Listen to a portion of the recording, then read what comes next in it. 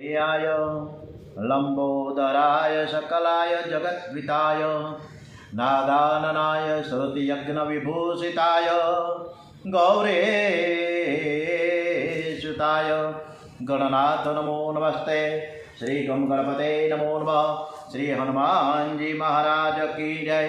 श्री रामचंद्र भगवान की जय। श्री सोमनाथ महादेव की जय। ओम श्री द्वारिकाधीश की जय। ओम श्री कृष्ण कन्हैयालाल की जय। श्री डोंगरे जी महाराज की जय। श्री सुखदेव जी महाराज की जय। भारत माता की जय। वंदे वेद मातरम। ओम नमो भगवते वासुदेवाय। ओम श्री भागवत भगवान जी महाराज की जय। प्रवीण भाई तमारो माइक्रोफोन बंद करजो। प्रवीण भाई, खटवांग राजा ने देवो तरफथी जाणवा मळ्युं छे के 48 मिनिट पछी तेनुं मरण थवानुं छे। तेथी तेणे सर्व संग छोड़ी दईने मनने भगवाનમાં લીન કરી દીધું। આમ ખટવાંગ આદિનારાયણનું ध्यान करता करता કૃતાર્થ થઈ ગયા છે। ખટવાંગ પછી દીર્ઘબાહુ અને દીર્ઘબાહુને ત્યાં રઘુ મહાજ્ઞાની અને ઉદાર છે। રઘુ રાજા એકવાર સર્વદક્ષિણ નામનો યજ્ઞ કરે છે।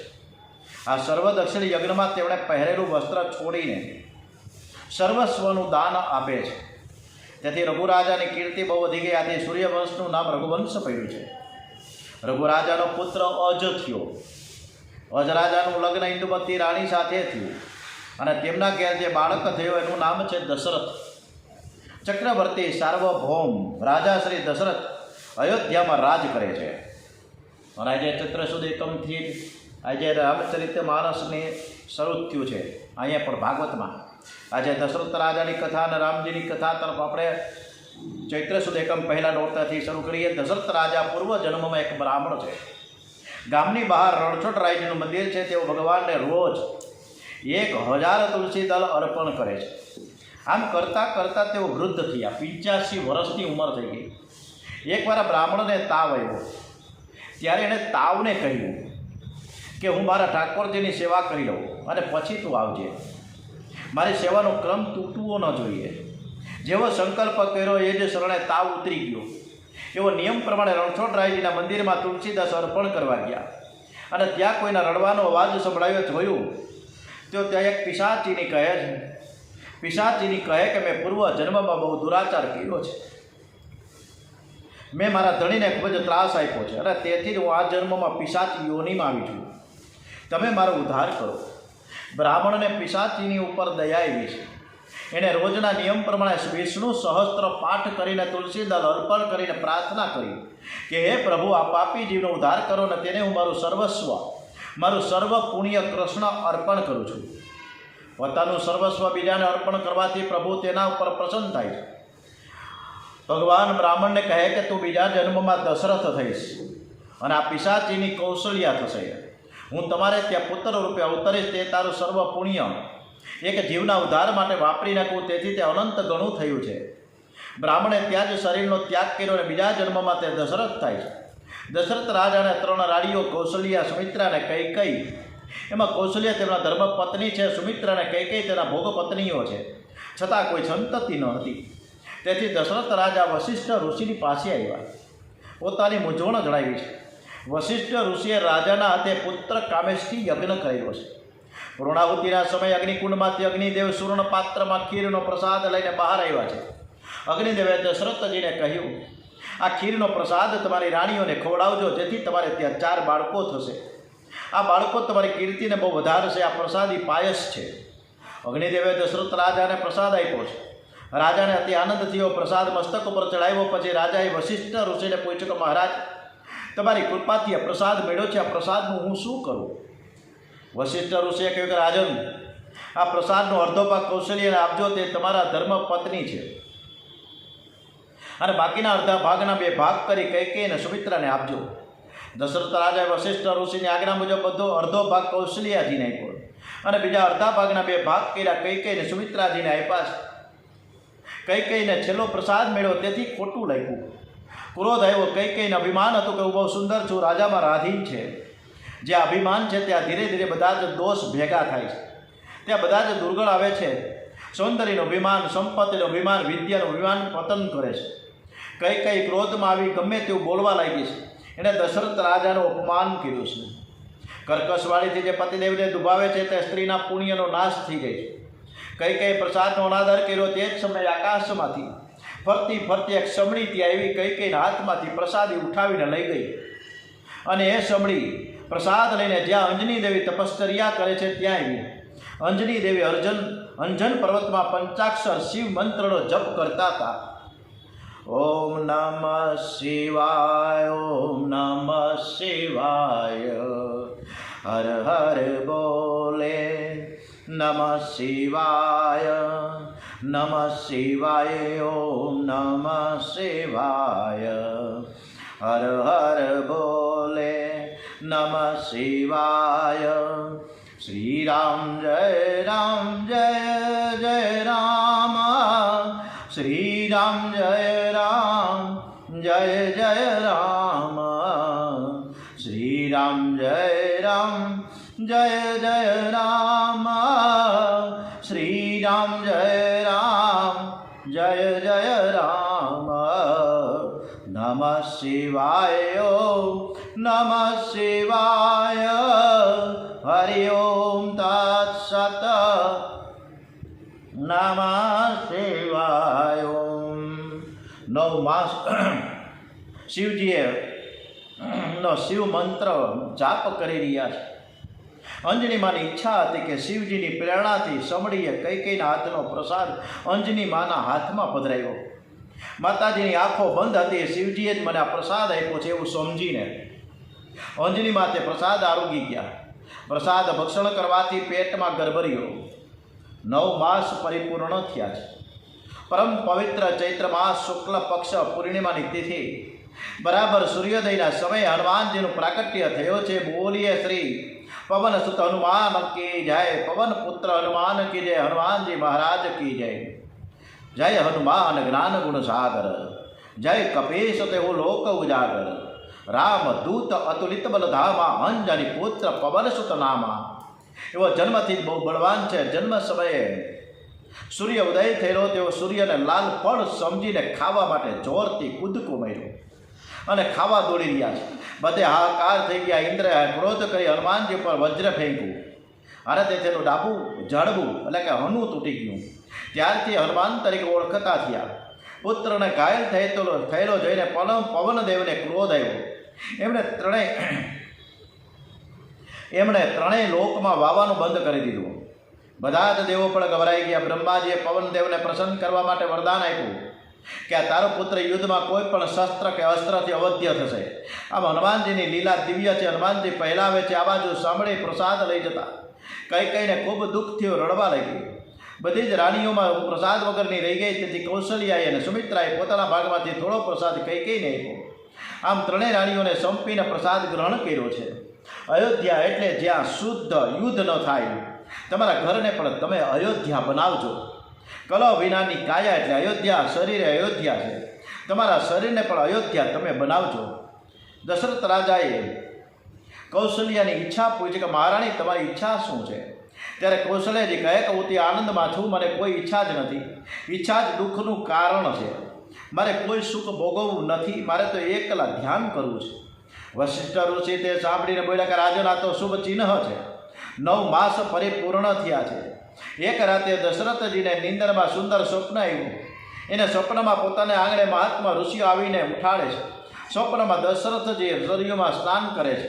ઠાકોરજીને પંચામૃતથી અભિષેક કર્યો છે અને સ્વપ્નમાં તે લક્ષ્મી નારાયણની આરતી ઉતારે છે. દશરથ રાજા વારંવાર પ્રભુના દર્શન કરે છે. પ્રભુ એમની સામે જોઈને જાણે મરક મરક હસી રહ્યા છે. પછી તો એકદમ કૌશલ્યાના દેહમાં લીન થઈ જાય છે અને ત્યાં દશરથ રાજા જાગી જાય છે. તમારા ભગવાનની સેવા જે દિવસે સ્વપ્નમાં તમે બરાબર કરો તો માનજો કે હવે કંઈક ભાગ્યનો ઉદય થયો છે એમ માની લેજો. દશરથ રાજા સ્વપ્ન પૂરું થતાં જ વશિષ્ઠ ઋષિ પાસે આવ્યા છે અને સ્વપ્નમાં કરેલા પ્રભુના દર્શનની વાત કરે છે. વશિષ્ઠજી કહે છે કે આ સ્વપ્નોનું ફળ ઉત્તમ છે. મને તેવું લાગે છે કે પરમાત્મા તમારે ઘેર પુત્ર રૂપે પ્રકટ થવાના છે. તેનું આ સૂચક સ્વપ્ન છે. દશરથ રાજાને અતિ આનંદ થયો છે. મારા ગુરુદેવ જે બોલે તે બધું સાચું જ થાય. રાજાની આંખો ભીની થઈ. રાજાએ બે હાથ જોડીને પૂછ્યું કે પ્રભુ ક્યારે પધારશે? વશિષ્ઠજીએ કહ્યું કે હવે ક્યારે પધારશે તે હું શું કહું? પણ રાજા બ્રહ્મ મુહૂર્તમાં આ સ્વપ્ન છે ને તેથી હું માનું છું કે 24 કલાકમાં તેનું ફળ અવશ્ય મળવું જોઈએ. હવે સ્વપ્નની વાત કોઈને તમે કહેતા નહીં. હવે સ્નાન કરીને ધ્યાન કરો, જપ કરો.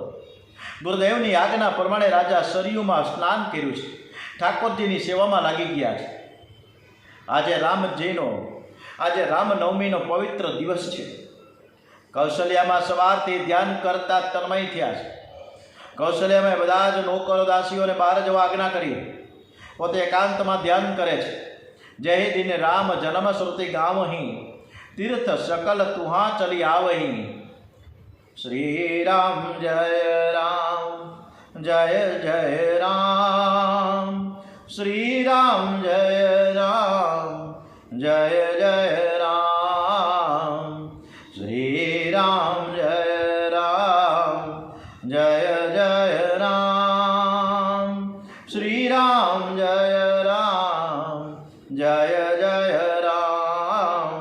મંગલ ભવન અમંગલ હારે, દ્રવૌ દશરથ હરિર બિહારી. ઓમ નમો ભગવતે વાસુદેવાય, ઓમ નમો ભગવતે વાસુદેવાય. વાસુદેવાય હરે વાસુદેવાય. શ્રી રામ જય રામ, જય જય રામ. જય દિન રામ જન્મ શ્રુતિ ગાવહી, તીર્થ સકલ તુમ્હા ચલી આવી. જ્યાં રામ જન્મ થાય ત્યાં બધા જ તીર્થો આવીને સામેથી ચાલી આવે. પ્રાતઃકાળથી દેવો અને ગંધર્વો પ્રતીક્ષા કરી રહ્યા છે. આજે વિરક્ત સાધુઓ, સંન્યાસીઓ, મહાત્માઓ, મહાપુરુષો અયોધ્યામાં પધાર્યા છે. સૌએ સરયુમાં સ્નાન કરી સીતારામ સીતારામ સીતારામ સીતારામનું કીર્તન કરે છે. શ્રી રામ દર્શન માટે હવે પ્રાણ તલસવા લાગ્યા છે. અનેક વૈષ્ણવો દર્શન માટે આતુર બને ને ત્યારે જ અવતાર ધારણ થાય છે. ભગવાન શંકર પણ કૈલાસ છોડીને વૃદ્ધ બ્રાહ્મણનું સ્વરૂપ ધારણ કર્યું છે. અયોધ્યામાં પધાર્યા છે. 4 વેદો શિવજીના 4 શિષ્યો થયા. શંકરના ઈષ્ટદેવ બાલક શ્રી રામ છે. શિવજીને બાલ સ્વરૂપ બહુ ગમે. શિવજી શ્રી રામનો જપ કરતા કરતા અયોધ્યાની ગલીઓમાં ફરી રહ્યા છે. રામ દર્શન માટે તેમના પ્રાણ તલસે છે. શિવજી વિચાર કરે કે કૌશલ્યજીના મહેલમાં જઈને રામજીનું ભવિષ્ય હું સંભળાવીશ. લોકો પૂછશે કે મહારાજ તમારું નામ શું છે?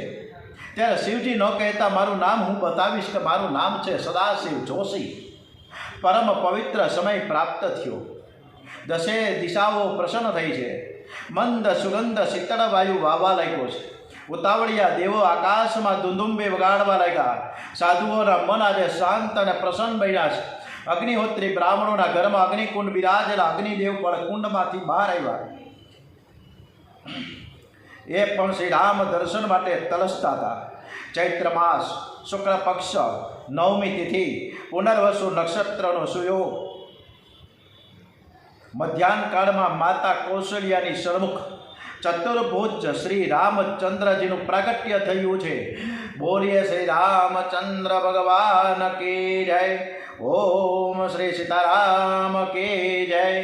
ભય પ્રગટ કૃપાલા દીન દયાલા કૌશલ્યા હિતકારી. હર્ષિત મહતારી મુનિ મનહારી અદભુત રૂપ વિચારી. લોચન અભિરામા તનુ ઘન શ્યામા નિજ આયુધ ભુજ ચારી. ભૂષણ બનમાલા નયન વિશાલા શોભા સિંધુ કરારે. જય જયકાર થઈ ગયો. ચારે બાજુ પ્રકાશ પથરાયો અને એ પ્રકાશમાં કૌશલ્યામાને ચતુર્ભુજ નારાયણના દર્શન થયા છે. કૌશલ્યામાને ખૂબ આનંદ થયો છે. કૌશલ્યામાએ ભગવાનને પ્રાર્થના કરી, તમે બહુ સુંદર છો, પણ લોકોને શંકા થશે કે આવડો મોટો અને 4 હાથવાળો બાળક કેવી રીતે થયો હશે, માટે તમે 2 હાથવાળા બાળક બનો. કે જે શિશુ લીલા અતિ પ્રિય શીલા યહ સુખ પરમ અનુપા.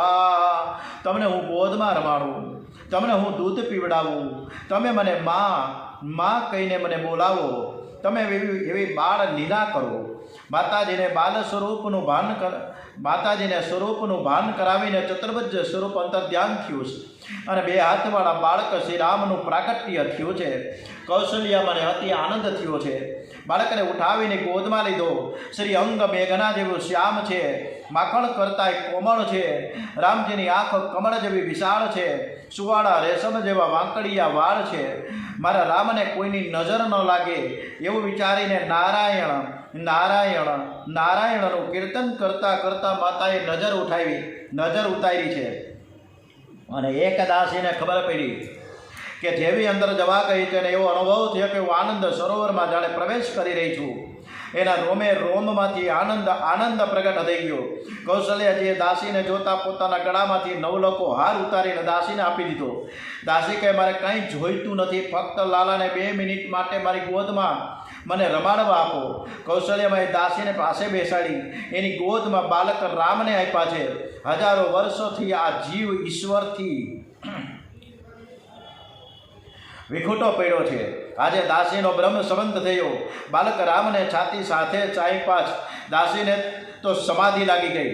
અતિ આનંદ થયો. પછી દાસી દોડતી દશરથ રાજા પાસે ગઈ. કહેવા લાગી, મહારાજ બધાયો લાલો ભયો હે, સાક્ષાત નારાયણ પધાર્યા હોય એવું લાગે છે. આજે વૃદ્ધાવસ્થામાં પુત્ર જન્મ નિમિત્તે સ્નાન કરવાનો સુયોગ આવ્યો. આજે ઘણા વર્ષે પુત્ર આવ્યો છે, એ પણ સાધારણ નહીં, પરંતુ સાક્ષાત પરમાત્મા પુત્ર રૂપે આવ્યા. આજે ઘણા વર્ષે રાજાને સરયુજીના કિનારે લઈ ગયા. દશરથ રાજાએ સરયુજીને વંદન કરી સ્નાન કર્યું. પછી દશરથ રાજાને શૃંગાર કરવામાં આવ્યો. દશરથ રાજાને શણગારી સોનાના પાટલે બેસાડ્યા. વશિષ્ઠાદિક ઋષિઓ ત્યાં આવ્યા છે. ગણપતિ મહારાજની પૂજા કરી. હરિ ઓમ ગણાનંદઃ ગણપતિ ગુણવામહે, પ્રિયાણંદઃ પ્રિયપતિ ગુણવામહે, નિધિનંદઃ નિધિપતિ ગુણવામહે. વસો મમ આહમદાની ગર્ભધમા તમદાસે ગર્ભધમમાં. અને બ્રાહ્મણો પુણ્ય આહવાન વચન થયું છે. હરિ ઓમ જગ્નેન જગ્નમય જંત દેવાસ્તાની ધર્માણી પ્રથમાન્યાસન તેહનાકમ મહિમાનસ ચંત યત્ર પૂર્વે સાત્યા શાંતિ દેવા નાના સુગંધે પુષ્પાણી યથા કાલોદ્ભવાનિ જ પુષ્પાંજલિ મર્યાદત ગૃહાણ પરમેશ્વર. ઓમ ભૂર્ભુવસ્વ રામચંદ્રાય નમો નમઃ. પુણ્ય આહવાન વચન થયું. નંદીગ્રામમાં પિતૃઓની પૂજા કરવામાં આવી. દશરથ રાજા ગરીબોને બ્રાહ્મણોને ખૂબ જ દાન આપ્યું છે. દાન એટલું બધું આપ્યું કે અયોધ્યામાં કોઈ ગરીબ ન રહ્યું. સોનાના કટોરામાં મધ રાખ્યું. વશિષ્ઠ ઋષિ વેદ મંત્ર બોલી તે મધને અભિમંત્રિત કરે છે. ઋગ્વેદ યજુર્વેદના મંત્ર બોલ્યા. બાળકનું આયુષ્ય વધ્યું, બાળકનું બળ વધે, એનું તેજ વધે. મધને અભિમંત્રિત કરી દશરથ રાજાને હાથમાં કટોરો આપ્યો અને કહે છે કે તમારે અંદર જઈને તમારી અનામિક આંગળી મધમાં ના બાળીને બાળકની જીભમાં મધ ચટાડવાનું છે. અને એ મધ ચટાડવા માટે દશરથ રાજા જઈ રહ્યા છે, પણ આવતીકાલે. ઓમ શ્રી કૃષ્ણ કનૈયાલાલ કી જય, શ્રી રામચંદ્ર ભગવાન કી જય, ડોંગરેજી મહારાજ કી જય, શ્રી સુખદેવજી મહારાજ કી જય. ઓમ શ્રી દ્વારિકાધીશ કી જય. ઓમ શ્રી રામચંદ્ર ભગવાન કી જય. ભાગવત ભગવાનજી મહારાજ કી જય. ઓમ નમો ભાગવતે વાસુદેવાય. ભાગવત ભગવાનજી મહારાજ કી જય. ઓમ નમઃ પાર્વતી પતે. હર હર મહાદેવ હર. આપણે સરસ મજાની